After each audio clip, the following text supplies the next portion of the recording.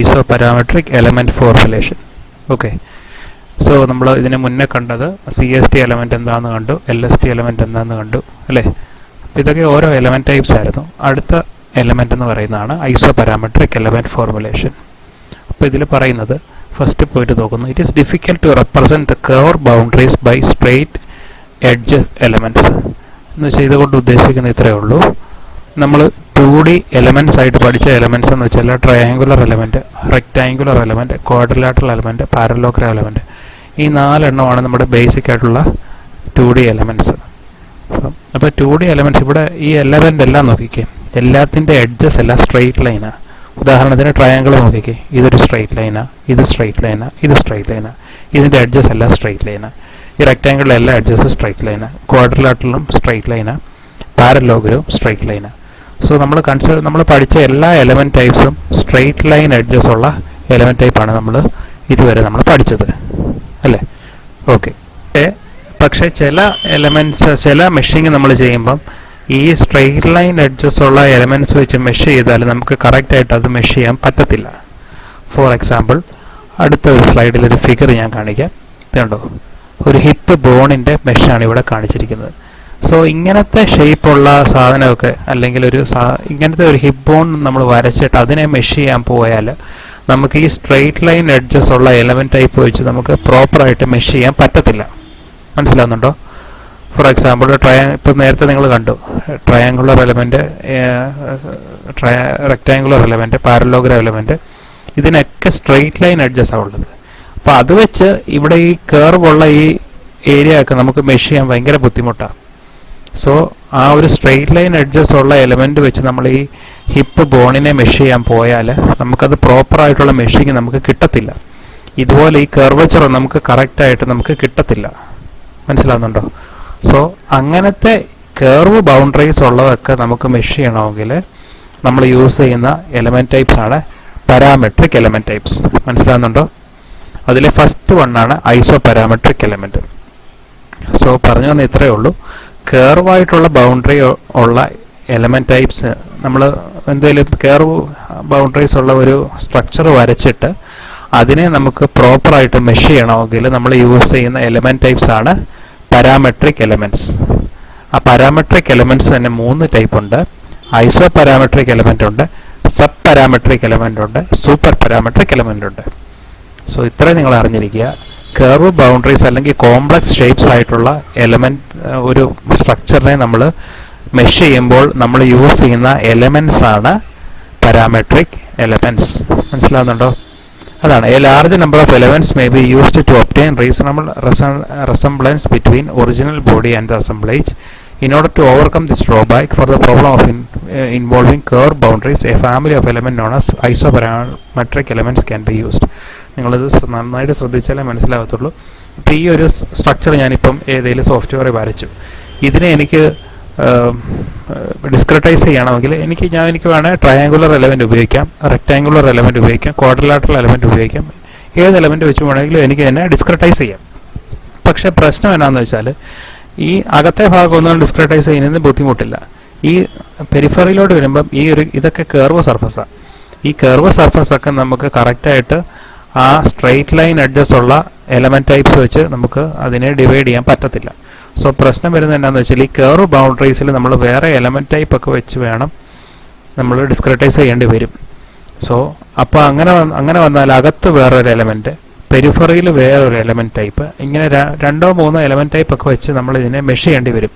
So അങ്ങനെ mesh ചെയ്യേണ്ടി വന്നാൽ മെഷീൻ്റെ പല എലമെന്റ് ടൈപ്സ് യൂസ് ചെയ്യുമ്പോൾ മെമ്മറി കപ്പാസിറ്റി കൂടും, മെഷിങ് കുറച്ചുകൂടെ കോംപ്ലക്സ് ആവും, നമുക്ക് ഇതിൻ്റെ ഔട്ട്പുട്ട് കാൽക്കുലേഷൻ വേണ്ടിയുള്ള സമയവും കൂടും. സോ അങ്ങനത്തെ ബുദ്ധിമുട്ടുകൾ ഒഴിവാക്കാനാണ് നമ്മൾ പാരാമെട്രിക് എലമെന്റ്സ് നമ്മൾ യൂസ് ചെയ്യുന്നത്. ഓക്കെ, നിങ്ങൾക്ക് ഒരു ഐഡിയ കിട്ടിയെന്ന് ഞാൻ വിചാരിക്കുന്നു. ഇത്രയും മാത്രം അറിഞ്ഞിരിക്കുക. കർവ് ബൗണ്ടറീസ് അല്ലെങ്കിൽ ഇറഗുലർ ഷേപ്സ് ഉള്ള ബൗണ്ടറീസ് ഉള്ള എലമെന്റ്സ് എല്ലാം നമ്മൾ മെഷ് ചെയ്യുമ്പോൾ നമ്മൾ യൂസ് ചെയ്യുന്ന എലമെന്റ് ടൈപ്പാണ് പാരാമെട്രിക് എലമെന്റ്സ്. പാരാമെട്രിക് എലമെന്റ്സ് തന്നെ 3 ടൈപ്പ് ഉണ്ട്. ഐസോപാരാമെട്രിക് ഉണ്ട്, സബ് പാരാമെട്രിക് ഉണ്ട്, സൂപ്പർ പാരാമെട്രിക് ഉണ്ട്. ഓക്കെ, 1 by 1 ആയിട്ട് നമ്മൾ ഓരോന്നും എന്താണെന്ന് നമ്മൾ ഇനി മനസ്സിലാക്കുകയാണ്. അതിലെ first one isoparametric elements. Isoparametric എലമെന്റ്സിന്റെ പ്രത്യേകത എന്താണെന്ന് വെച്ചാൽ ഇവിടെ പറയുന്നുണ്ട്, in this element all the 8 nodes are used to define geometry as well as displacement. ഇവിടെ നോക്കിയാൽ മതി, ഈ ഒരു എലമെന്റ്, ഇത് ഫുൾ ഒരു എലമെന്റ് ആണ്. ഈ ഒരു എലമെന്റിൽ 8 നോഡുകളുണ്ട്. ഇത് 1 2 3 4 5 6 7 8 8 നോഡുണ്ട്. അതുപോലെ തന്നെ ഈ 8 നോഡ് ഉപയോഗിച്ച് നമ്മൾ ഇതിന്റെ ജോമെട്രിയും നമുക്ക് ഡിഫൈൻ ചെയ്യാൻ പറ്റും. അതിലോട്ടുള്ള ഡിസ്പ്ലേസ്മെന്റ് നമ്മൾ ഡിഫൈൻ ചെയ്യും. അതാണ് ഈ ഒരു എലമെന്റിന്റെ പ്രത്യേകത. സോ അതാണ് പറയുന്നത്, 8 nodes are use to define geometry as well as displacement. ഇവിടെ ഉപയോഗിച്ചിരിക്കുന്ന 8 നോഡ് ഉപയോഗിച്ചാണ് നമ്മൾ മെഷ് ചെയ്യുന്ന ആ ഒരു ഒബ്ജക്റ്റിന്റെ ജോമെട്രിയും ഡിഫൈൻ ചെയ്യുന്നത്. അതുപോലെ തന്നെ അതിലെന്തെങ്കിലും ഡിസ്പ്ലേസ്മെന്റ് നമ്മൾ കൊടുക്കുന്നുണ്ടെങ്കിൽ ആ ഡിസ്പ്ലേസ്മെന്റും ഈ 8 നോഡ് ഉപയോഗിച്ചാണ് നമ്മൾ ഡിഫൈൻ ചെയ്യുന്നത്. If the number of nodes used for defining geometry is the same as the number of nodes used for defining the displacement, then it is known as isoparametric element. അപ്പോൾ ഇത്രയും മാത്രം ഓർത്തിരിക്കുക. ഈ എലമെന്റിൽ 8 node കാണും. ഈ 8 node ഉപയോഗിച്ച് നമ്മൾ അതിന്റെ ജോമെട്രിയും നമുക്ക് അതിനെ ഡിഫൈൻ ചെയ്യാൻ പറ്റുന്നു. അതിന് ആ ഒരു ഒബ്ജക്റ്റിലോട്ട് എന്തെങ്കിലും ഡിസ്പ്ലേസ്മെന്റ് വരുന്നുണ്ടെങ്കിൽ ഈ സെയിം നോഡ്, ഈ 8 നോഡ് ഉപയോഗിച്ച് തന്നെയാണ് നമ്മൾ അതിന്റെ ഡിസ്പ്ലേസ്മെന്റ് നമ്മൾ കൊടുക്കുന്നത്. അപ്പം ഡിസ്പ്ലേസ്മെന്റ് ഡിഫൈൻ ചെയ്യാനും അതിന്റെ ജോമെട്രി ഡിഫൈൻ ചെയ്യാനും നമ്മൾ സെയിം നമ്പർ ഓഫ് നോഡ്സ് ആണ് യൂസ് ചെയ്യുന്നതെങ്കിൽ അതിനെ പറയുന്ന പേരാണ് ഐസോപാരാമെട്രിക് എലമെന്റ്. ഈ ഐസോപാരാമെട്രിക് എലമെന്റ് ഇങ്ങനെ ഈ ഒരു ഷേപ്പ് തന്നെ വരണമെന്ന് ഒരു നിർബന്ധമില്ല കേട്ടോ. നമ്മുടെ മെഷ് ചെയ്യേണ്ട എലമെന്റിന്റെ ഷേപ്പ് അനുസരിച്ച് ഇതിന്റെ ഷേപ്പ് ചിലപ്പോൾ ഒരു ട്രയാങ്കുലർ ഷേപ്പ് ആയിരിക്കാം, ചിലപ്പോൾ ഒരു റെക്ടാങ്കുലർ ഷേപ്പ് ആയിരിക്കാം, ചിലപ്പോൾ വേറെ ഏതെങ്കിലും ഷേപ്പ് ആയിരിക്കാം. മനസ്സിലായി? അതിനകത്ത് ആകെ വേണ്ട കണ്ടീഷൻ ഇത്രയേ ഉള്ളൂ, 8 നോഡ് കാണണം. ആ 8 നോഡ് ഉപയോഗിച്ചാണ് നമ്മൾ അതിന്റെ ജോമെട്രി ഡിഫൈൻ ചെയ്യുന്നത്, അതിന്റെ ഡിസ്പ്ലേസ്മെന്റ് ഡിഫൈൻ ചെയ്യുന്നത്. അത് വരച്ചു വരുമ്പോൾ ഈ ഒരു ഷേപ്പ് തന്നെ വരണമെന്നൊരു നിർബന്ധമില്ല. 8 നോഡ് വേണമെന്നേ ഉള്ളൂ. ആ നോഡ് ഉപയോഗിച്ച് നമുക്ക് ജോമെട്രി ഡിഫൈൻ ചെയ്യാം, ഡിസ്പ്ലേസ്മെന്റും ഡിഫൈൻ ചെയ്യാം. അതാണ് ഐസോപാരാമെട്രിക് എലമെന്റ്. നെക്സ്റ്റ് വൺ എന്ന് പറയുന്നത് സൂപ്പർ പാരാമെട്രിക് എലമെന്റ്. അപ്പോൾ ഇവിടെ പ്രത്യേകത ഇത്രയേ ഉള്ളൂ. ഇതുണ്ടോ, ഇവിടെ ഒരു ഡോട്ട് കാണിച്ചിട്ട് nodes are use for defining geometry. ഈ ഡോട്ടുള്ള നോട്ട്സ് ഉണ്ട്. ഇവിടെ എല്ലാം ഡോട്ടുണ്ട്. ഇവിടെ ഒരു ഡോട്ടുണ്ട്, ഇവിടെ ഡോട്ടുണ്ട്, ഇതുണ്ട്, ഇവിടെ ഉണ്ട്, ഇവിടെ ഉണ്ട്, ഇവിടെ ഉണ്ട്, ഇതുണ്ട്.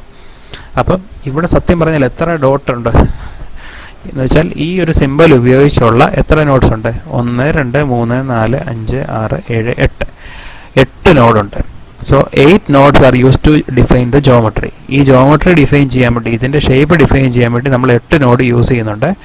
And 4 nodes are use to define the displacement. ഈ ഒരു ട്രയാങ്കിൾ കാണിച്ചിട്ടുണ്ടല്ലോ, അതാണ് അടുത്ത നോഡ്. അപ്പൊ ഈ ഡിസ്പ്ലേസ്മെന്റ് കൊടുക്കുന്ന നോഡുകൾ 1 2 3 4, ഈ 4 നോഡിൽ മാത്രമേ നമ്മൾ ഡിസ്പ്ലേസ്മെന്റ് കൊടുക്കുന്നുള്ളൂ. പക്ഷെ അതിന്റെ ഷേപ്പ് ഡിറ്റർമിൻ ചെയ്യാൻ വേണ്ടി നമ്മൾ 8 നോഡ് യൂസ് ചെയ്യുന്നുണ്ട്. മനസ്സിലാവുന്നുണ്ടോ? അപ്പോൾ ഷേപ്പ് ഡിഫൈൻ ചെയ്യാൻ വേണ്ടി നമ്മൾ ഈ നോഡുകളെല്ലാം ഉപയോഗിക്കുന്നുണ്ടോ? ഇത് 1, ഇത് 2, ഇത് 3, ഇത് 4, ഇത് 5 6 7 8. ഈ 8 നോഡ് ഉപയോഗിച്ച് നമ്മൾ അതിന്റെ ഷേപ്പ് ഡിഫൈൻ ചെയ്യുന്നു. പക്ഷേ അതിലെ ഡിസ്പ്ലേസ്മെന്റ് നമ്മൾ കൊടുക്കുന്ന നോഡുകൾ ഒന്നിതാണ്. എല്ലാ നോഡിലും നമ്മൾ ഡിസ്പ്ലേസ്മെന്റ് കൊടുക്കുന്നില്ല. സെലക്റ്റഡ് ആയിട്ടുള്ള നോഡിൽ നമ്മൾ ഡിസ്പ്ലേസ്മെന്റ് കൊടുക്കുന്നുള്ളൂ. അങ്ങനെയുള്ള എലമെന്റ് ടൈപ്പിനെ പറയുന്ന പേരാണ് സൂപ്പർ പാരാമെട്രിക് എലമെന്റ്. അതാണ് പറയുന്നത്, if the number of notes used for defining the geometry is more than the number of notes used for defining the displacement. Geometry define ചെയ്യാൻ ഉപയോഗിക്കുന്ന നോഡുകളുടെ എണ്ണം കൂടുതലായിരിക്കും.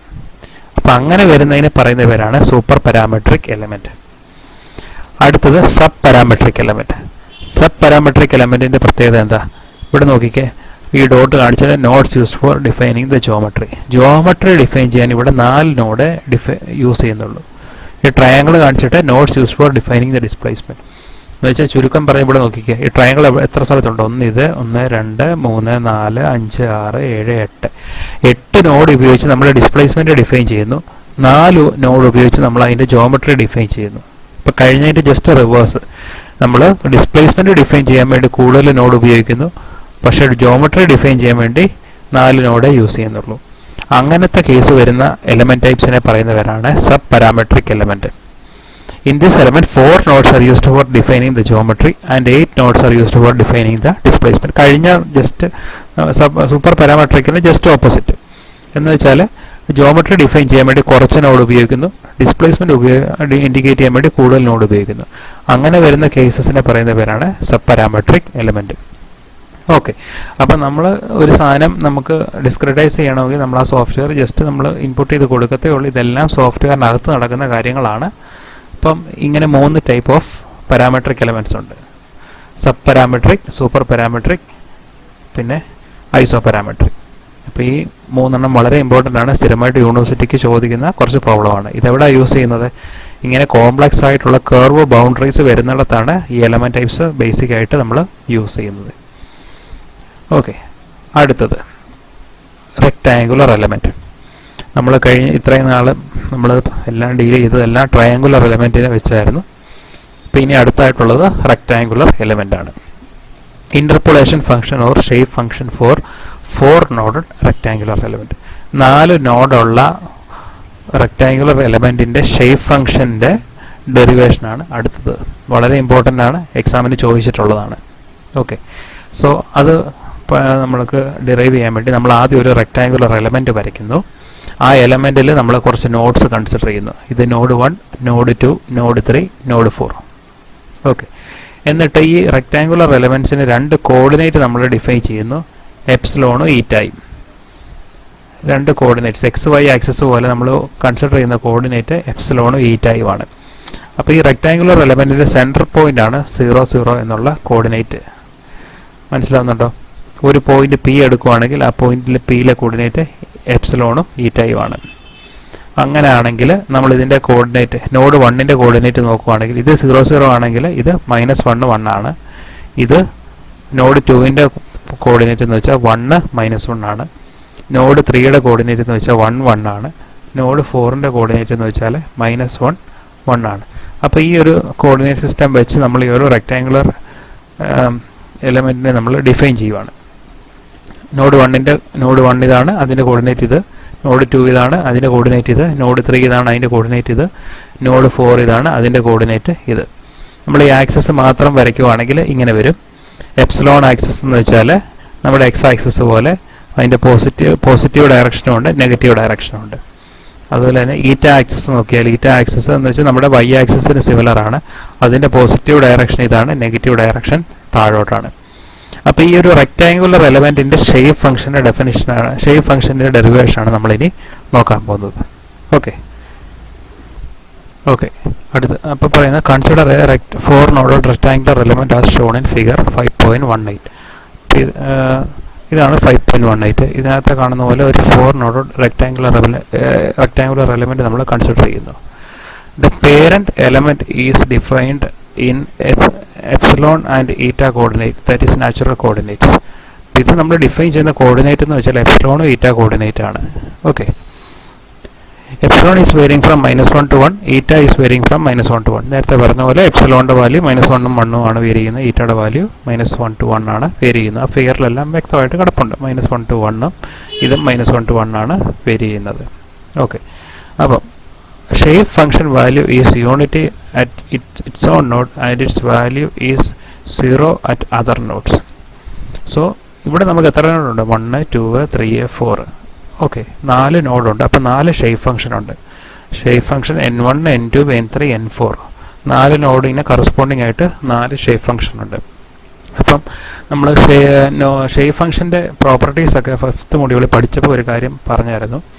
നോഡ് 1 കൺസിഡർ ചെയ്യുവാണെങ്കിൽ നോഡ് 1ലെ ഷേപ്പ് ഫംഗ്ഷൻ n1ൻ്റെ വാല്യൂ 1 ആയിരിക്കും, n2, n3, n4 0 ആയിരിക്കും.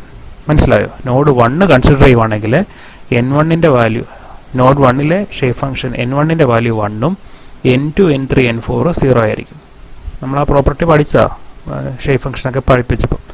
നോഡ് 2 കൺസിഡർ ചെയ്യുവാണെങ്കിൽ n2ൻ്റെ വാല്യൂ 1 ആയിരിക്കും, n1, n3, n4 0 ആയിരിക്കും. നോഡ് 3 കൺസിഡർ ചെയ്യുവാണെങ്കിൽ n3യുടെ വാല്യൂ 1 ആയിരിക്കും, n1, n2, n4 0 ആയിരിക്കും. നോഡ് 4 കൺസിഡർ ചെയ്യുവാണെങ്കിൽ n4ൻ്റെ വാല്യൂ 1ഉം n1, n2, n3 0 ആയിരിക്കും. അപ്പോൾ അത് ഷേപ്പ് ഫംഗ്ഷൻ്റെ ഒരു പ്രോപ്പർട്ടിയാണ്. ഓക്കെ. അപ്പോൾ ആ പ്രോപ്പർട്ടിയാണ് നമ്മളിപ്പോൾ പറഞ്ഞത്. Shape function value is unity at its on node and it's value is 0 at other nodes. Okay. അപ്പോൾ അതാണ് ഇപ്പോൾ പറഞ്ഞത്. അപ്പോൾ ഫസ്റ്റ് നോഡ് നമ്മൾ നോക്കുന്നു. ഫസ്റ്റ് നോഡിലെ കോർഡിനേറ്റ്സ് എത്രയാണ്? ഫസ്റ്റ് നോഡ് ഇതാണ്. ഇതിലെ കോർഡിനേറ്റ് -1, 1 ആണ് അല്ലേ? അപ്പം കോർഡിനേറ്റ് എപ്സിലോണിൻ്റെ വാല്യൂ -1, ഈറ്റയുടെ വാല്യൂ -1 ആണ്. സോ നോഡ് 1 ഇതാണ്. നോഡ് 1 n1ന്റെ വാല്യൂ 1ഉം n2 n3 n4 0 ആണെന്ന് നമുക്കറിയാം. So node 1 shape function n1 = 1 at the node 1, n1 = 0 at node 2, 3 and 4. ഇപ്പോൾ വേറെ നോഡുകൾ എടുത്താൽ ഇപ്പോൾ ഈ നോഡ് 1 n1ന്റെ വാല്യൂ 1 ആണ്. ഇവിടെ മാത്രമേ n1ന്റെ വാല്യൂ 1 വരത്തുള്ളൂ.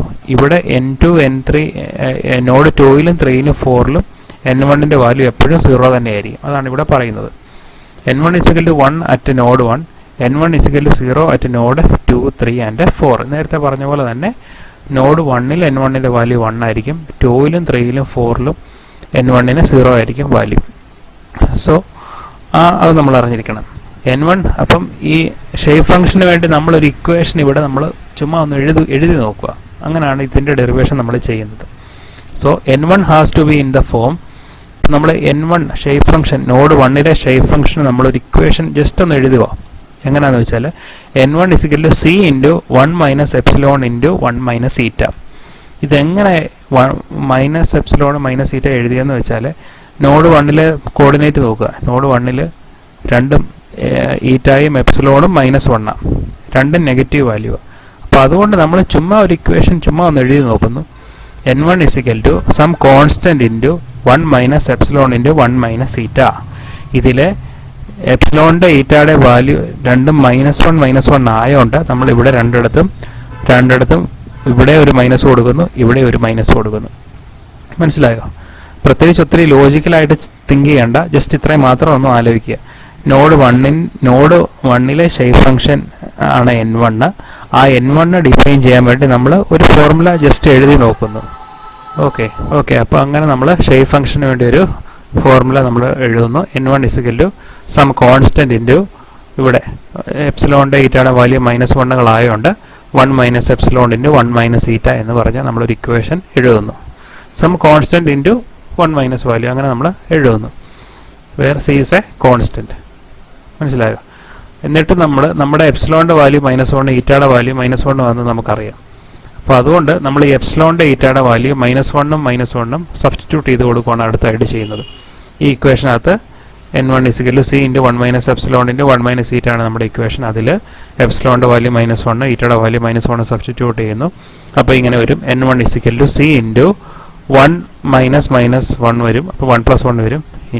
ഇവിടെ 1 - -1 വരും. അപ്പോൾ ഇവിടെയും 1 + 1 വരും. അപ്പോൾ n1 = 4c വരും. അപ്പോൾ അതിൽ നിന്നും n1ന്റെ വാല്യൂ നമുക്കറിയാം. എത്രയാ? 1 ആണെന്ന് നമുക്കറിയാം. നോഡ് 1 n1ന്റെ വാല്യൂ 1 ആണെന്ന് നമുക്കറിയാം. അപ്പോൾ n1ന്റെ അവിടെ നമ്മൾ 1 സബ്സ്റ്റിറ്റ്യൂട്ട് ചെയ്യുന്നു.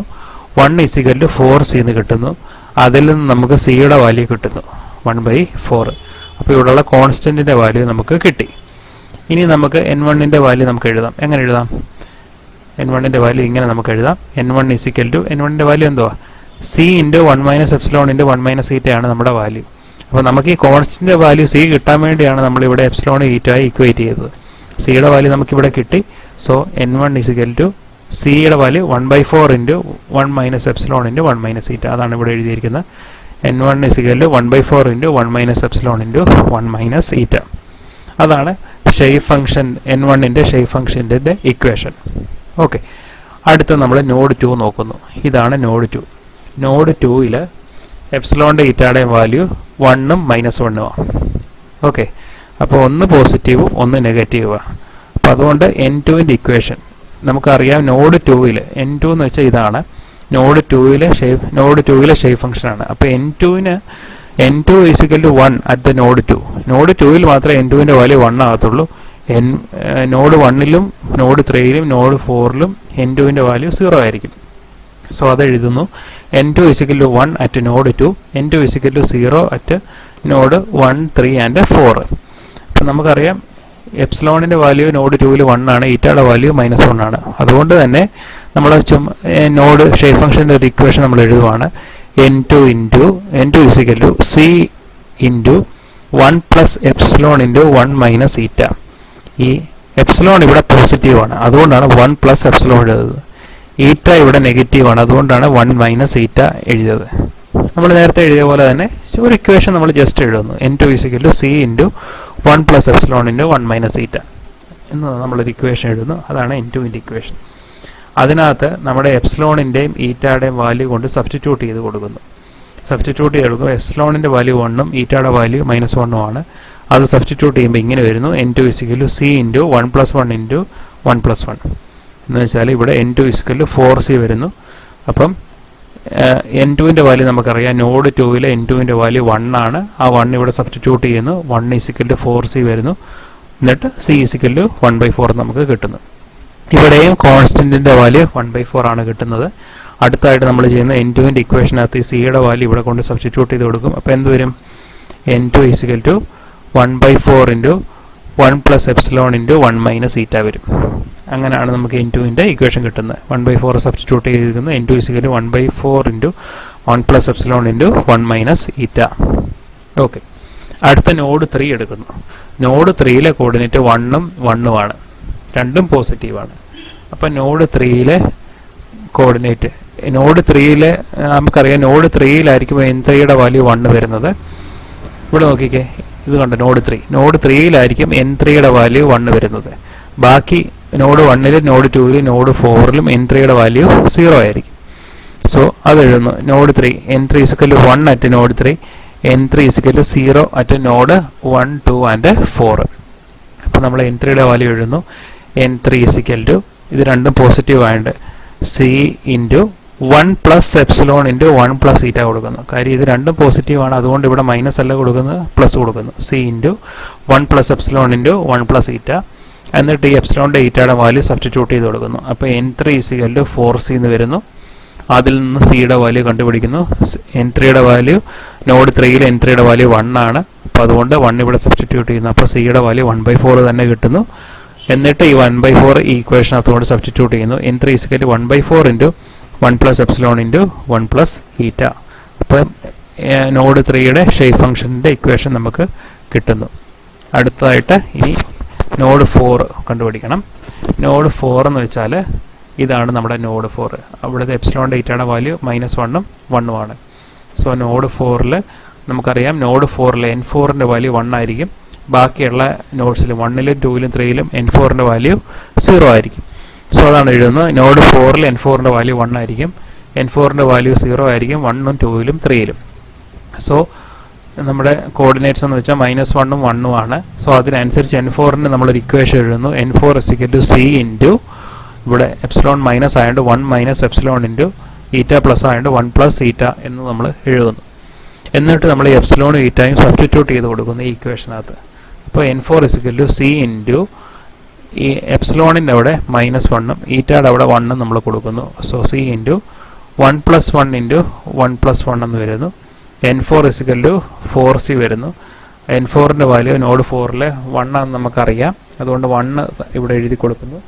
1 = 4C എന്ന് കൊടുക്കുന്നു. സോ C = 1/4 എന്ന് കൊടുക്കുന്നു. ഓക്കെ. അപ്പോൾ സിയുടെ വാല്യൂ കിട്ടി. എന്നിട്ട് ഈ 1/4 നമ്മൾ ഈ ഇക്വേഷനെ കൊണ്ട് സബ്സ്റ്റിറ്റ്യൂട്ട് ചെയ്യുന്നു. N4 = 1/4 × 1 - എപ്സിലോൺ × 1 + ഈറ്റ. അതിവിടെ കൊണ്ട് സബ്സ്റ്റിറ്റ്യൂട്ട് ചെയ്യുന്നു. ഇപ്പം നമുക്ക് 4 ഷേപ്പ് ഫംഗ്ഷൻ്റെ ഇക്വേഷൻ കിട്ടി. N1, N2, N3, N4 4 കിട്ടി.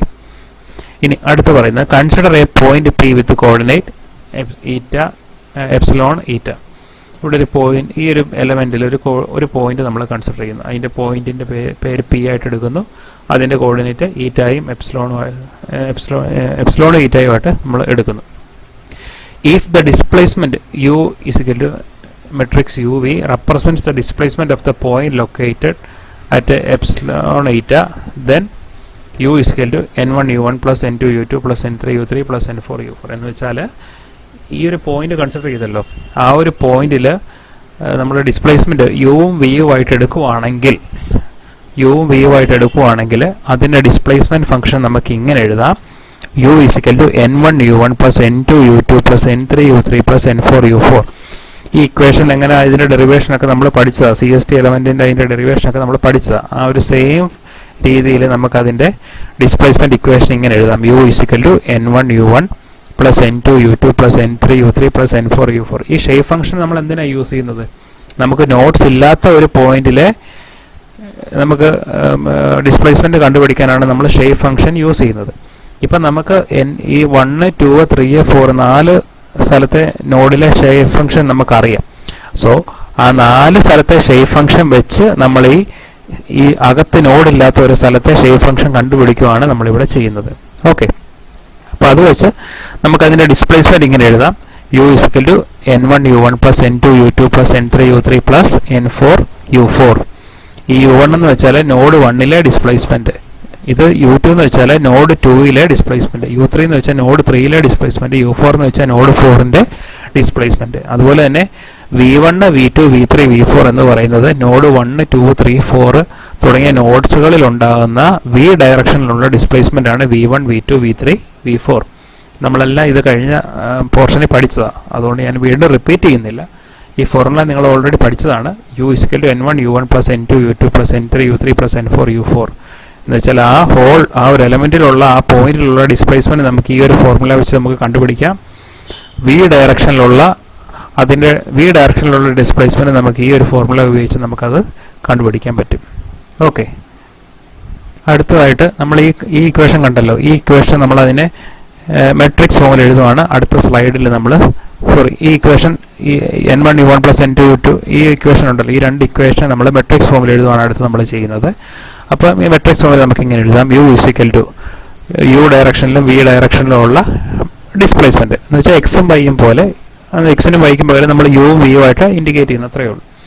സോ യുവും വിയും ഡയറക്ഷനിലുള്ള ഡിസ്പ്ലേസ്മെൻറ്റ് ഇസിക്കൽ ടു ഇങ്ങനെ എഴുതിയാൽ മാത്രമേ ഈ matrix n1ൻ്റെ matrix n1 0 n2 0 n3 0 n4 0 താഴെ 0 n1 0 n2 അങ്ങനെ ഒരു മെട്രിക്സ് എഴുതുന്നു into u1 v1 u2 v2 u3 v3 u4 v4 ഇങ്ങനെ എഴുതുന്നു.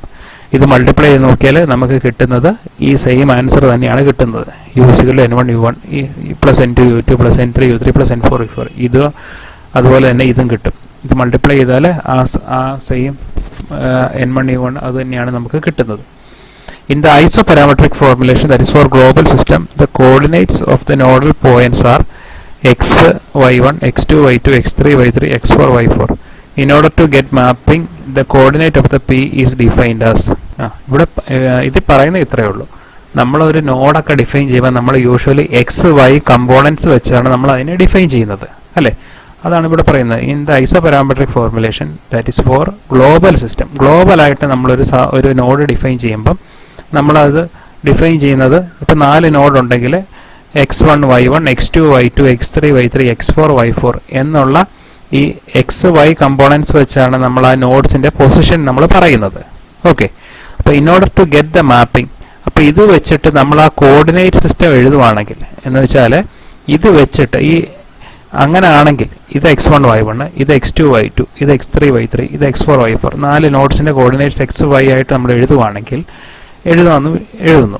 അപ്പോൾ അങ്ങനെ ഒരു സിസ്റ്റത്തിൽ ഈ പോയിന്റ് പി യിലുള്ള എക്സ് വൈ കമ്പോണൻറ്റ് എങ്ങനെ നമ്മൾ കണ്ടുപിടിക്കും എന്നുള്ളതാണ് പറയുന്നത്. ഈ പോയിന്റ് പിയുടെ കോർഡിനേറ്റ് എക്സ് വൈയെ നമുക്ക് എങ്ങനെ എഴുതാം, എങ്ങനെ കണ്ടുപിടിക്കാം എന്നുള്ളതാണ് പറയുന്നത്. ആ പോയിന്റ് പിയിലുള്ള എക്സിൻ്റെ കമ്പോണൻറ്റ് നമുക്ക് ഇങ്ങനെ കിട്ടും. n1 x1 plus n2 x2 plus n3 x3 plus n4 x4 y is equal to n1 y1 plus n2 y2 plus n3 y3 plus n4 y4. ഇതിലെ x1ഉം y1ഉം പറയുന്നത് നോഡ് 1ൻ്റെ X Y component, x2 y2 എന്ന് പറയുന്നത് node 2ൻ്റെ X Y component, x3 y3 എന്ന് പറയുന്നത് നോഡ് 3യുടെ X Y component, x4 y4 എന്ന് പറയുന്നത് നോഡ് 4ൻ്റെ എക്സ് വൈ കമ്പോണൻറ്റ്. ചുരുക്കം പറഞ്ഞാൽ ഇത്രയേ പറയുന്നുള്ളൂ. നമ്മൾ ആ റെക്റ്റാങ്കുലർ കോർഡിനേറ്റ് പറഞ്ഞല്ലോ, ആ റെക്റ്റാങ്കുലർ കോർഡിനേറ്റ്. അപ്പോൾ ഇതിലുള്ള പോയിന്റ് പിയുടെ ലൊക്കേഷൻ എക്സ് വൈ കമ്പോണൻറ്റ് കണ്ടുപിടിക്കുന്ന ഇക്വേഷനാണ് ഈ പറയുന്നത്. X is equal to n1 x1 plus n2 x2 plus n3 x3 plus n4 x4 എന്ന് വെച്ചാൽ നമുക്ക് ആ ഓരോ 4 നോഡ്സിൻ്റെയും എക്സ് വൈ പൊസിഷൻ അറിയാമെങ്കിൽ നമുക്ക് ആ ബോഡിയിലുള്ള ഒരു പോയിന്റിൻ്റെ എക്സ് വൈ കമ്പോണൻറ്റ് നമുക്ക് കണ്ടുപിടിക്കാം. അത് കണ്ടുപിടിക്കാനുള്ള ഇക്വേഷനാണ് ഈ ഇക്വേഷൻ. മനസ്സിലായോ? അതിനെ മെട്രിക്സ് ഫോമിൽ അടുത്ത സ്ലൈഡിൽ പറയുന്നത് അതിനെ the above equation can be written in matrix forms. അതിനെ നമ്മൾ മെട്രിക്സ് ഫോമിൽ എഴുതുവാണെങ്കിൽ u is equal to X Y is equal to matrix ഫോമിൽ ഇങ്ങനെ എഴുതിയാൽ നമുക്ക് ഈ ഇക്വേഷൻ തന്നെയാണ് കിട്ടുന്നത്. So X is equal to X Y is equal to n1 x1 ഇങ്ങനെ matrix n1 0 n2 0 n3 0 n4 0 0 n1 0 n2 ഈ മെട്രിക്സ് ഇൻറ്റു ഈ മെട്രിക്സ് വെച്ച് മൾട്ടിപ്ലൈ ചെയ്താൽ നമുക്ക് കിട്ടുന്നത് ഈ ഒരു ആൻസർ തന്നെയായിരിക്കും. സോ മെട്രിക്സ് ഫോമിൽ നമുക്കതിനെ ഇങ്ങനെ എഴുതാൻ പറ്റും. ഓക്കെ, അപ്പോൾ ഇത് നിങ്ങൾ അത്യാവശ്യം പഠിച്ചിരിക്കണം. ഓക്കെ, അപ്പം ഇത് നമ്മൾ റെക്ടാങ്കുലർ കോർഡിനേറ്റ് ആണ് പറഞ്ഞത് അല്ലേ. റെക്ടാങ്കുലർ കോർഡിനേറ്റ് അല്ല, റെക്ടാങ്കുലർ കമ്പോണൻറ്റ്. നമ്മൾ ഈ ചെയ്തത് എന്തോ ഇപ്പം ഒരു റെക്ടാങ്കുലർ എലമെൻറ്റിൻ്റെ ഷേപ്പ് ഫംഗ്ഷൻ ഡിറ്റർമൈൻ ചെയ്യുന്നതാണ് ഇപ്പോൾ നമ്മൾ പഠിച്ചത്. സോ ഈ ഡെറിവേഷൻ നിങ്ങൾ പഠിക്കണം, വളരെ ഇമ്പോർട്ടൻ്റ് ആണ്.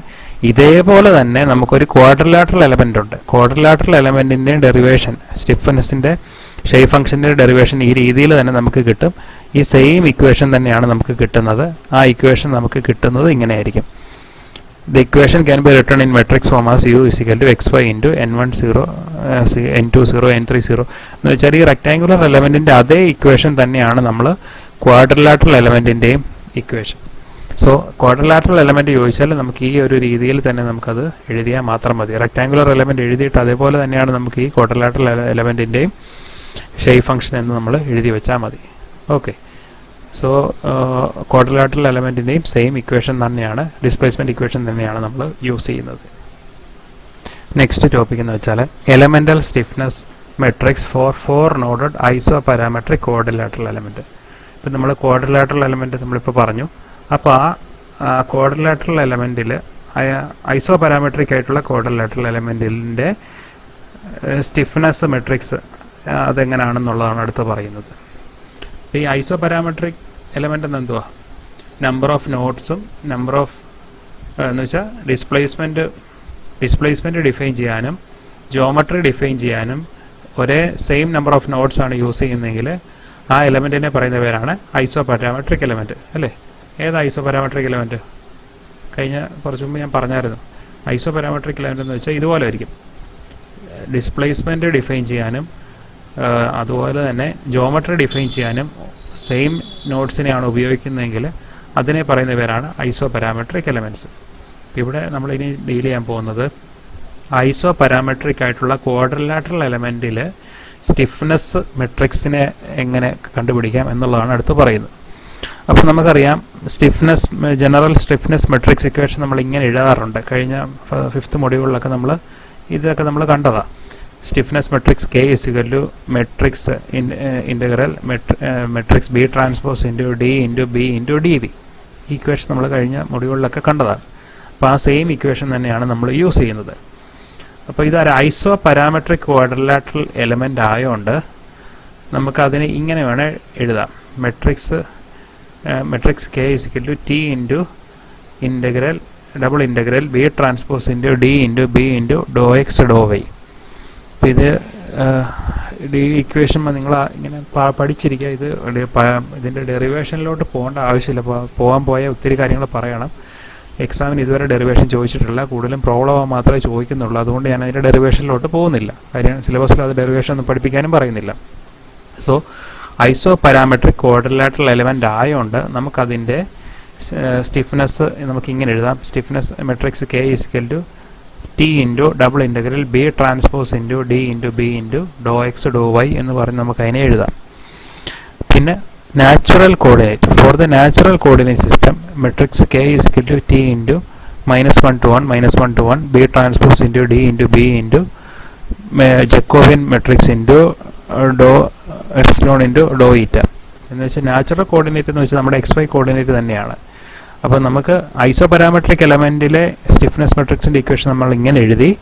അതിൽ തന്നെ നമുക്കറിയാം ഡബിൾ ഇൻ്റഗ്രൽ വരുമ്പം നമുക്കവിടെ ലിമിറ്റ് വരുന്നുണ്ട് -1 to 1 എന്ന് വെച്ചാൽ നമുക്ക് എപ്സിലോണിൻ്റെ ഈറ്റയുടെയും വാല്യൂ -1 തൊട്ട് 1 വരെയാണ് വേരി ചെയ്യുന്നത്. ഒക്കെ നോക്കിയാൽ ആ റെക്ടാങ്കുലർ എലമെൻറ്റിൻ്റെ ആ ഫിഗർ നോക്കിയാൽ ഇത് -1 തൊട്ട് 1 വരെയാണ് വേരി ചെയ്യുന്നത്. കണ്ടോ, -1 to 1 ആണ് വേരി ചെയ്യുന്നത്. ഇതും -1 to 1 ആണ് വേരി ചെയ്യുന്നത്. സോ ആ ഇൻ്റർവെൽ നമ്മൾ കൊടുക്കുന്നു. ആ ഇൻ്റർവെൽ കൊടുക്കുമ്പം ഡബിൾ ഇൻ്റഗ്രലിനകത്ത് -1 to 1 B transpose into D into B into mod J എന്ന് പറഞ്ഞു എഴുതിയിട്ടുണ്ട്. ഈ മെട്രിക്സിനെ പറയുന്ന പേരാണ് determinant of Jacobian matrix. J എന്ന് വെച്ചാൽ ജക്കോബിയൻ മെട്രിക്സ് എന്നാണ് പറയുന്നത്. അതെന്താണെന്ന് അടുത്ത സ്ലൈഡിൽ പറയുന്നുണ്ട്. ഇൻറ്റു ഡോ എപ്സിലോൺ ഇൻറ്റു ഡോ ഈറ്റ. നമ്മൾ DX DY പറയുന്ന പോലെ തന്നെ ഡോ എപ്സിലോൺ ഇൻറ്റു ഡോ ഈറ്റ എന്ന് നമ്മളതിനെ പറയുന്നു. സോ ഇതിൻ്റെ ഡെറിവേഷൻ പഠിക്കേണ്ട, പക്ഷേ ഈ ഫോർമുല നിങ്ങൾ പഠിച്ചിരിക്കണം. ഓക്കെ, അപ്പോൾ ഈ DX DY പറയുന്നതിന് പകരമാണ് നമ്മൾ ഇത് കണ്ടില്ലേ, ഈ DX DY എന്ന് നമ്മളിവിടെ എഴുതിയല്ലോ.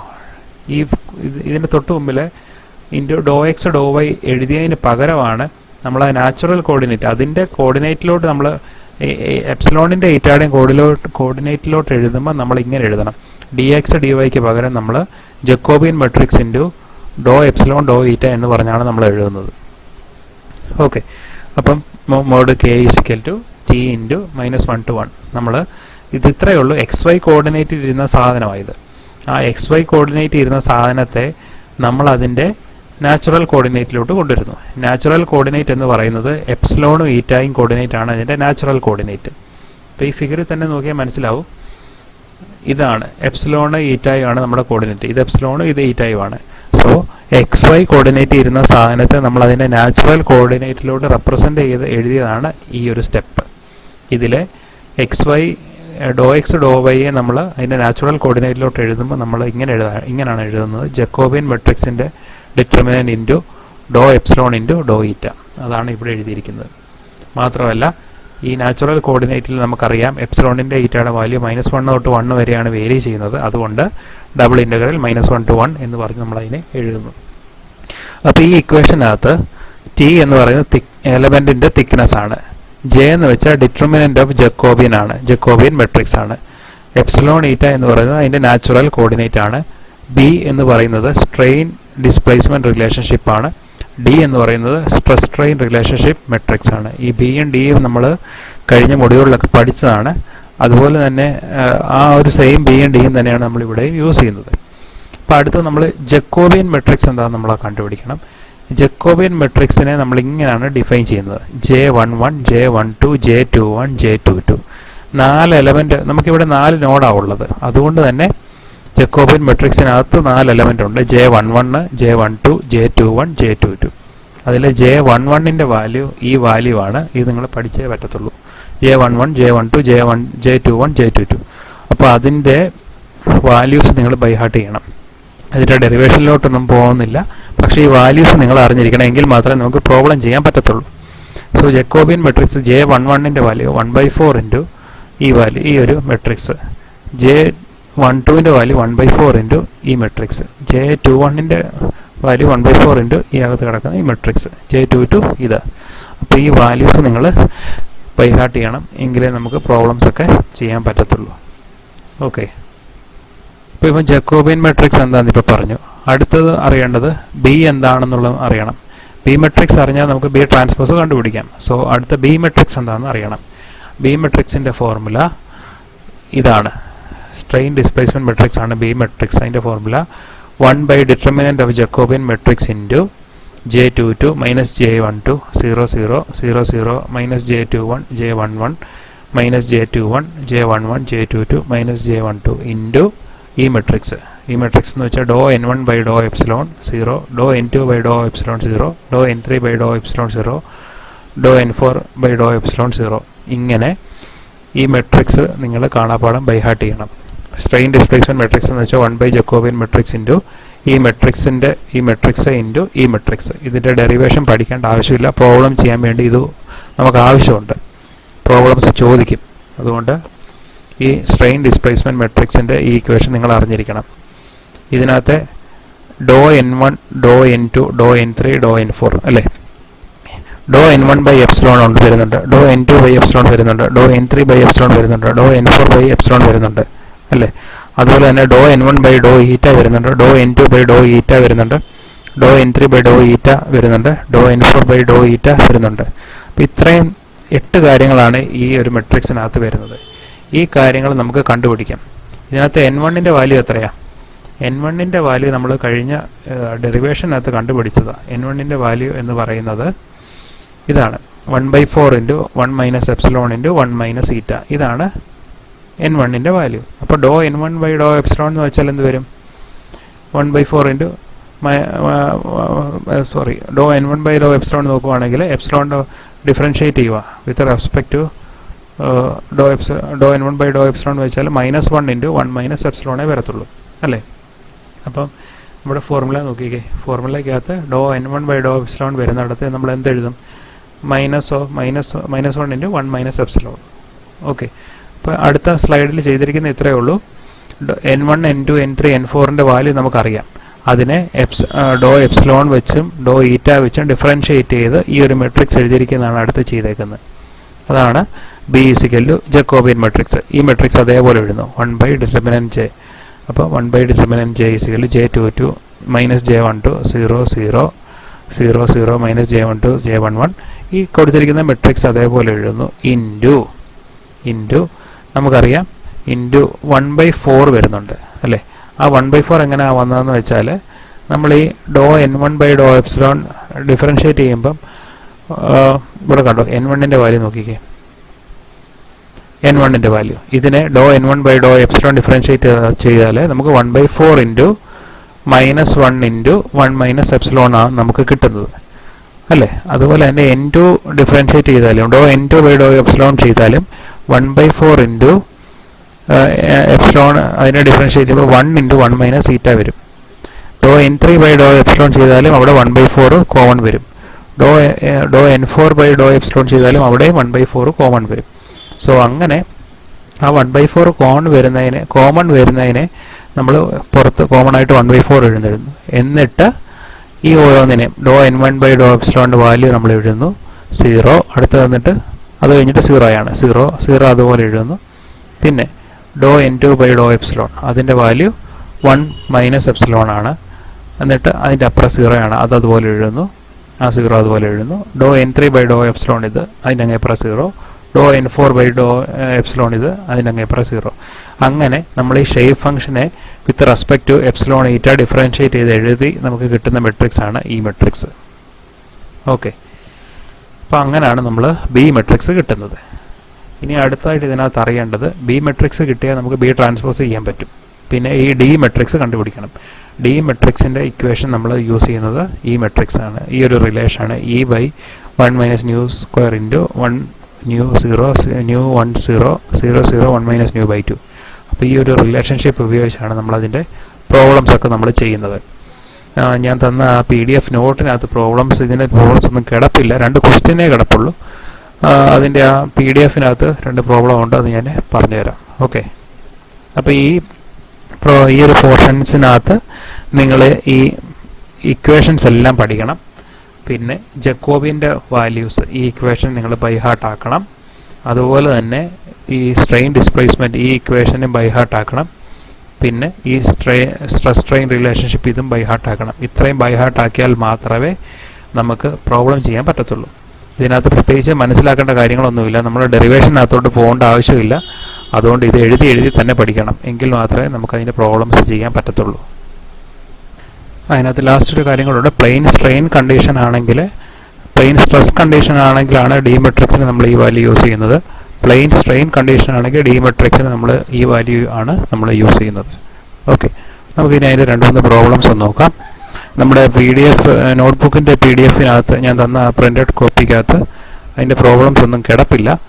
അതുകൊണ്ട് തന്നെ ഞാൻ അയച്ചു തന്ന ടെക്സ്റ്റ് ബുക്കിൻ്റെ PDF-ൽ നിന്നുള്ള കുറച്ച് പ്രോബ്ലം നമുക്ക് നോക്കാം. ഓക്കെ, അതിലെ ഫസ്റ്റ് പ്രോബ്ലം നിങ്ങൾ ആ ടെക്സ്റ്റ് ബുക്കിൻ്റെ പേജ് നമ്പർ 5.27 ആ PDF നമ്മുടെ ഫൈനൈറ്റ് എലമെൻറ്റിൻ്റെ PDF ഒരു ടെക്സ്റ്റ് ബുക്ക് ഞാൻ തന്നായിരുന്നു. അപ്പോൾ അതിൻ്റെ 5.27 പേജ് നോക്കിയാൽ മതി. അപ്പോൾ അതിനകത്തെ first problem, evaluate the Cartesian coordinate for the point P which has local coordinate epsilon is equal to 0.6 and eta is equal to 0.8 as shown in figure.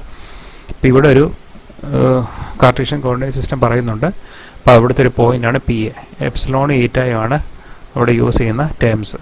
അപ്പോൾ ഇവിടെ പറയുന്നത് എന്തുവാ, evaluate the Cartesian coordinate of the point. ഇപ്പോൾ Pയുടെ Cartesian coordinate കണ്ടുപിടിക്കണം. Cartesian coordinate എന്ന് വെച്ചാൽ XY ആണ് Cartesian coordinate. Natural coordinate എന്ന് വെച്ചാൽ ഈറ്റായി എപ്സിലോണും ഈറ്റയുമാണ്. അതാണ് നാച്ചുറൽ കോർഡിനേറ്റ്. അപ്പോൾ കാർട്ടീഷ്യൻ കോർഡിനേറ്റ് XY ആണ്, നാച്ചുറൽ കോർഡിനേറ്റ് എപ്സിലോണും ഈറ്റയുമാണ്. അപ്പോൾ ഈ പറയുന്നതനുസരിച്ച് നമുക്കൊരു ഐസോമെട്രിക് എലമെൻറ്റ് തന്നിട്ടുണ്ട്. അപ്പോൾ ആ എലമെൻറ്റിൻ്റെ എലമെൻറ്റ്സിൽ 4 നോട്ട്സ് ഉണ്ട്. 1 2 3 4 4 നോട്ട്സ് തന്നിട്ടുണ്ട്.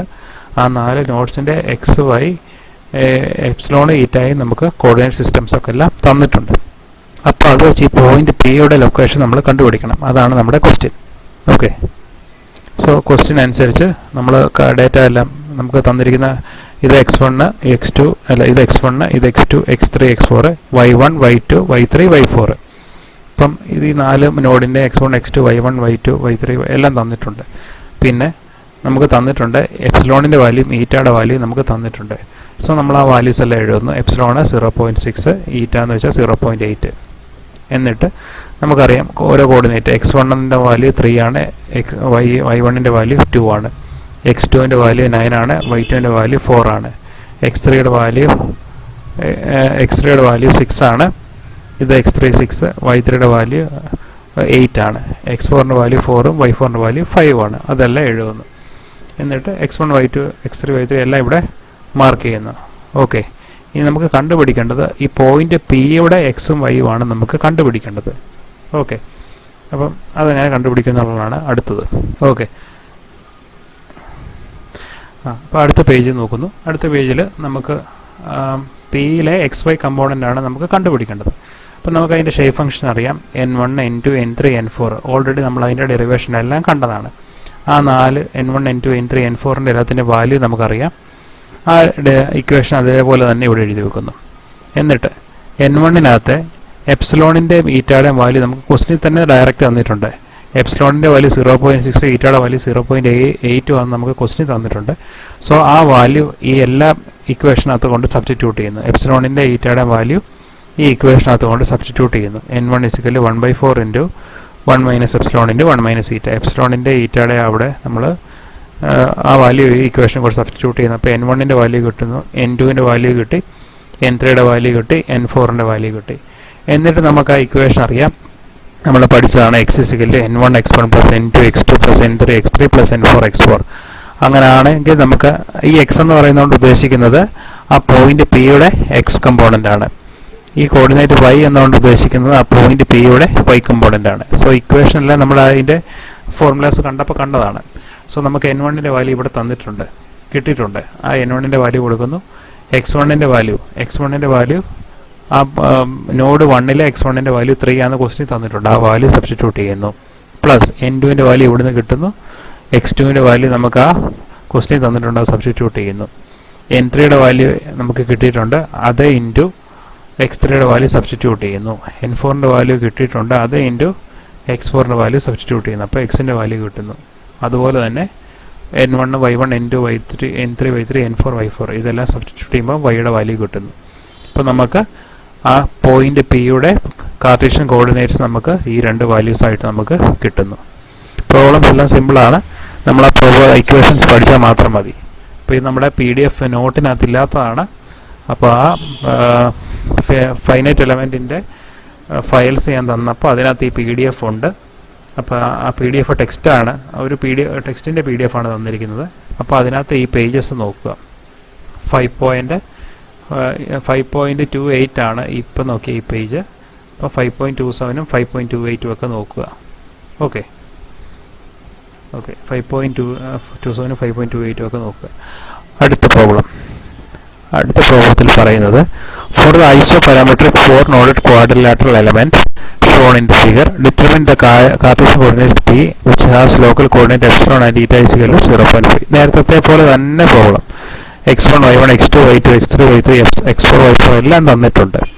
അത് വെച്ച് ഈ പോയിന്റ് പിയുടെ എക്സും വൈയും കമ്പോണന്റ് കണ്ടുപിടിക്കാനാണ്. ഒരു വ്യത്യാസമില്ല. എപ്സിലോണിൻ്റെ ഈറ്റയുടെ വാല്യൂ എല്ലാം തന്നിട്ടുണ്ട്. ആ സെയിം രീതിയിൽ ചെയ്ത് നോക്കുക. ഓക്കെ, ഇനി അടുത്ത എന്തെങ്കിലും ഒരു ഡിഫറൻ്റ് ആയിട്ടുള്ള പ്രോബ്ലം നമുക്ക് നോക്കാം. അപ്പോൾ ഇത് ഞാൻ പറയുന്നില്ല, ഇപ്പം ചെയ്ത അതേ പ്രോബ്ലത്തിൻ്റെ അതേ മെത്തേഡ് തന്നെ ചെയ്താൽ മതി, വേറൊരു വ്യത്യാസമില്ല. ഓക്കെ, അടുത്തൊരു ചോദ്യം എന്ന് വെച്ചാൽ 5.7 എക്സാമ്പിൾ 5.7 നോക്കുക. അപ്പോൾ അതിനകത്ത് പറയുന്നത് for the quadrilateral element as shown in ഫിഗറിനകത്ത് ഒരു ക്വാഡ്രിലാറ്ററൽ എലമെന്റ് തന്നിട്ടുണ്ട്. അതിൻ്റെ determine the local coordinate of the point P which has Cartesian coordinate 7 4. അപ്പോൾ ഇവിടെ ഈ പോയിന്റ് പി തന്നിട്ടുണ്ട്, അതിൻ്റെ കാർട്ടീഷ്യൻ കോർഡിനേറ്റ് 7 4 എന്നാണ് പറയുന്നത്. ഈ കാർട്ടീഷ്യൻ കോർഡിനേറ്റ് എന്നുകൊണ്ട് ഉദ്ദേശിക്കുന്നത് എക്സ് വൈ ആണ്. ലോക്കൽ കോർഡിനേറ്റ് എന്നുകൊണ്ട് ഉദ്ദേശിക്കുന്നത് എപ്സിലോണും ഈറ്റയും ആണ്. അതാണ് അതിൻ്റെ ലോക്കൽ കോർഡിനേറ്റ്. കാർട്ടീഷ്യൻ കോർഡിനേറ്റ് എന്ന് പറയുന്നത് 7ഉം 4ഉം ആണ്. അപ്പോൾ ഇവിടെ ഈ ഒരു ബോഡി തന്നിട്ടുണ്ട്, ഐസോമെട്രിക് ക്വാഡ്രിലാറ്ററൽ എലമെന്റ് തന്നിട്ടുണ്ട്, നോഡ് 1 2 3 4 തന്നിട്ടുണ്ട്, അതിൻ്റെ കോർഡിനേറ്റ്സ് തന്നിട്ടുണ്ട്, ഈ പോയിന്റ് പി തന്നിട്ടുണ്ട്, അതിൻ്റെ കാർട്ടീഷ്യൻ കോർഡിനേറ്റ് എക്സ് വൈയും തന്നിട്ടുണ്ട്. അപ്പോൾ ഇത് വെച്ച് അതിൻ്റെ എപ്സിലോണും ഈറ്റയും കണ്ടുപിടിക്കണം. അതാണ് നമ്മുടെ പ്രോബ്ലം. ഓക്കെ, സോ നമ്മൾ ആ പ്രോബ്ലത്തിലോട്ട് എങ്ങനെ ചെയ്യുന്നത് നോക്കാം. ഇപ്പോൾ നമുക്കറിയാം തന്നിരിക്കുന്നത് തന്നിരിക്കുന്ന പോയിന്റ് പിയുടെ XY കമ്പോണൻ്റ് അറിയാം, x1 x2 x3 x4 അറിയാം, y1 y2 y3 y4 അറിയാം. ഓക്കെ, എന്നിട്ട് നമുക്ക് ആ പോയിന്റ് പിയുടെ എപ്സിലോണും ഈറ്റയുമാണ് നമുക്ക് കണ്ടുപിടിക്കേണ്ടത്. n1ൻ്റെ വാല്യൂ എന്ന് വെച്ചാൽ ഓൾറെഡി നമ്മൾ ഡെറിവേഷൻ എല്ലാം പഠിച്ചതാണ്. 1/4 ഇൻറ്റു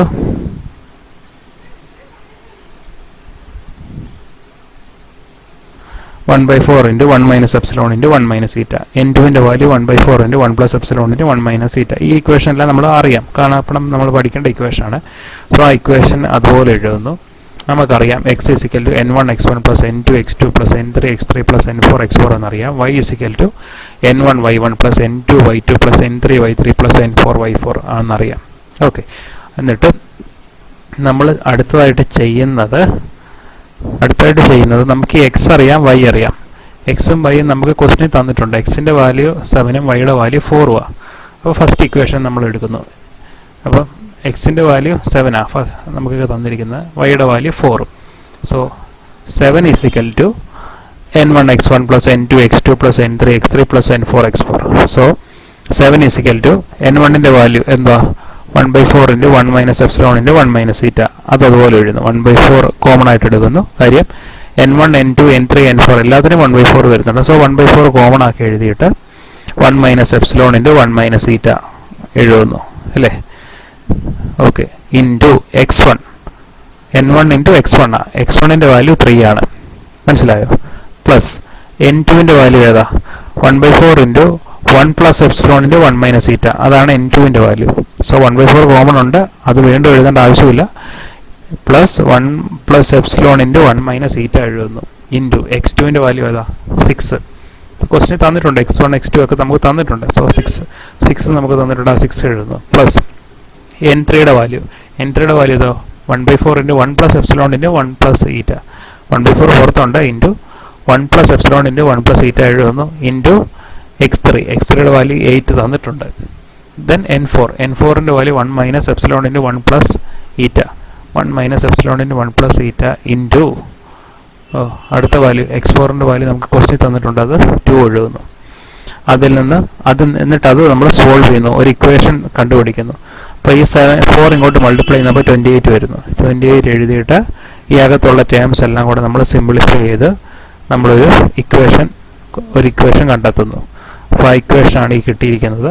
ഈറ്റ പ്ലസ് 9 എപ്സിലോൺ പ്ലസ് 3 എപ്സിലോൺ ഈറ്റ ഈസ് ഈക്വൽ ടു 9 എന്ന് പറഞ്ഞ് ഒരു ഇക്വേഷൻ കിട്ടുന്നു. ഓക്കെ, അടുത്തതായിട്ട് ഇതിപ്പോൾ നമ്മൾ എന്തോ എഴുതിയത്, എക്സിൻ്റെ ഈ ഇക്വേഷൻ മാത്രമാണ് എഴുതിയത്. അതുപോലെ തന്നെ വൈയുടെ ഇക്വേഷൻ എഴുതുന്നു. വൈയുടെ വാല്യൂ 4 ആണ്. 4 is equal to 1/4 കോമൺ, ഇവിടെ എടുത്ത പോലെ തന്നെ കോമൺ ആയിട്ട് 1/4 എഴുതുന്നു. എന്നിട്ട് 1 minus epsilon into 1 minus eta into ഇവിടെ y1 ആണ് വരുന്നത്. y1ൻ്റെ വാല്യൂ നമുക്കിവിടെ പ്രോബ്ലം നോക്കിയാൽ 1 ആണ്. 1 അതുപോലെ എഴുതുന്നു. പ്ലസ് അടുത്ത് നോക്കുന്നു n2ൻ്റെ വാല്യൂ എന്ന് വെച്ചാൽ 1 plus epsilon into 1 minus eta ആണ്. സോ ആ n2 അതുപോലെ എഴുതുന്നു. 1 plus epsilon into 1 minus eta into 1/4 common എഴുതുന്നു. ഓക്കെ, ഇൻറ്റു y2ൻ്റെ വാല്യൂ 1 തന്നെയാണ്. ദെൻ അടുത്തത് n3 എഴുതുന്നു. 1 plus epsilon into 1 plus eta into y3യുടെ value 6 ആണ്. അടുത്ത n4 എഴുതുന്നു, ഇൻറ്റു y4 എഴുതുന്നു. ഇവിടെ ചെയ്ത പോലെ തന്നെ നമ്മൾ അതിനെ ഒരു ഇക്വേഷൻ രൂപത്തിൽ ആക്കുകയാണ് ചെയ്യുന്നത്. അപ്പോൾ ഇത്രയും ചെയ്ത് ഇത് സിംപ്ലിഫൈ ചെയ്യുന്നു. അപ്പോൾ നമുക്ക് ഇങ്ങനെ കിട്ടുന്നു, 4 is equal to 1/4 into 13 plus 9 eta plus epsilon eta എന്ന് പറഞ്ഞ് നമുക്ക് കിട്ടുന്നു. എന്നിട്ട് അതിനെ സിംപ്ലിഫൈ ചെയ്യുമ്പോൾ ഇങ്ങനെ കിട്ടുന്നു, 9 eta plus epsilon eta is equal to 3 എന്ന് കിട്ടുന്നു. എന്നിട്ട് നമുക്ക് നേരത്തെ കിട്ടിയ രണ്ട് ഇക്വേഷനും കൂടെ സിംപ്ലിഫൈ ചെയ്യുന്നു. നമ്മൾ എക്സിൻ്റെ ഇക്വേഷനും വൈയുടെ ഇക്വേഷൻ, രണ്ട് ഇക്വേഷൻ നമുക്ക് കിട്ടിയല്ലോ. ആ രണ്ട് ഇക്വേഷൻ നമ്മൾ സിംപ്ലിഫൈ ചെയ്യുമ്പോഴത്തേക്കും നമുക്ക് എപ്സിലോണിൻ്റെ വാല്യൂ കിട്ടുന്നു. ഓക്കെ, എപ്സിലോണിൻ്റെ വാല്യൂ കിട്ടിയാൽ നമുക്കതിൽ നിന്ന് ഈറ്റയുടെ വാല്യൂ നമുക്ക് ഏതെങ്കിലും ഇക്വേഷൻ അതുകൊണ്ട് സബ്സ്റ്റിറ്റ്യൂട്ട് ചെയ്താൽ ഈറ്റയുടെ വാല്യൂ നമുക്ക് അങ്ങനെ കിട്ടുന്നു. ഓക്കെ, എപ്സിലോണിൻ്റെ ഈറ്റയുടെ വാല്യൂ കിട്ടുന്നു. എന്നിട്ട് ഇവിടെ കിട്ടിയിരിക്കുന്ന ആദ്യമായിട്ട് എപ്സിലോണിൻ്റെ വാല്യൂ കിട്ടിയതല്ല, എപ്സിലോണിൻ്റെ വാല്യൂ ഈറ്റയുടെ ടേംസിലാണ് കിട്ടിയിരിക്കുന്നത്. എന്നിട്ട് അത് നിങ്ങൾക്കറിയാം, 2 ഇക്വേഷൻ കിട്ടിയാൽ അതിനകത്തുനിന്ന് 2 അൺനോൺസ് കണ്ടുപിടിക്കുകയാണ് ഇവിടെ ചെയ്യുന്നത്. എപ്സിലോണും ഈറ്റായും കണ്ടുപിടിക്കുന്നു. അങ്ങനെയാണ് ഇത് നമുക്ക് ഈ പ്രോബ്ലം നമുക്ക് ചെയ്യാൻ പറ്റുന്നത്. ഓക്കെ, ചുരുക്കം പറഞ്ഞ ഇത്രയേ ഉള്ളൂ. ഈ പ്രോബ്ലത്തിൽ എക്സ് വൈ കാർട്ടീഷ്യൻ കോർഡിനേറ്റ് തന്നിട്ടുണ്ടായിരുന്നു.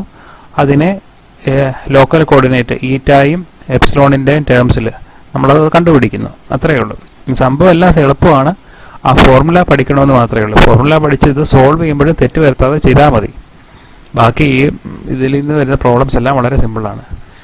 സോ തൽക്കാലം ഞാൻ ഇത്രയും പ്രോബ്ലംസ് ഡിസ്കസ് ചെയ്യുന്നുള്ളൂ. നിങ്ങൾ ബാക്കിയുള്ള പ്രോബ്ലംസും കൂടെ അതൊക്കെ നോക്കണം. അപ്പോൾ ഇത് ഈ പ്രോബ്ലം നമ്മുടെ നോട്ട്ബുക്കിനകത്ത് PDF നോട്ടിനകത്ത് ഇല്ലാത്തതാണ്.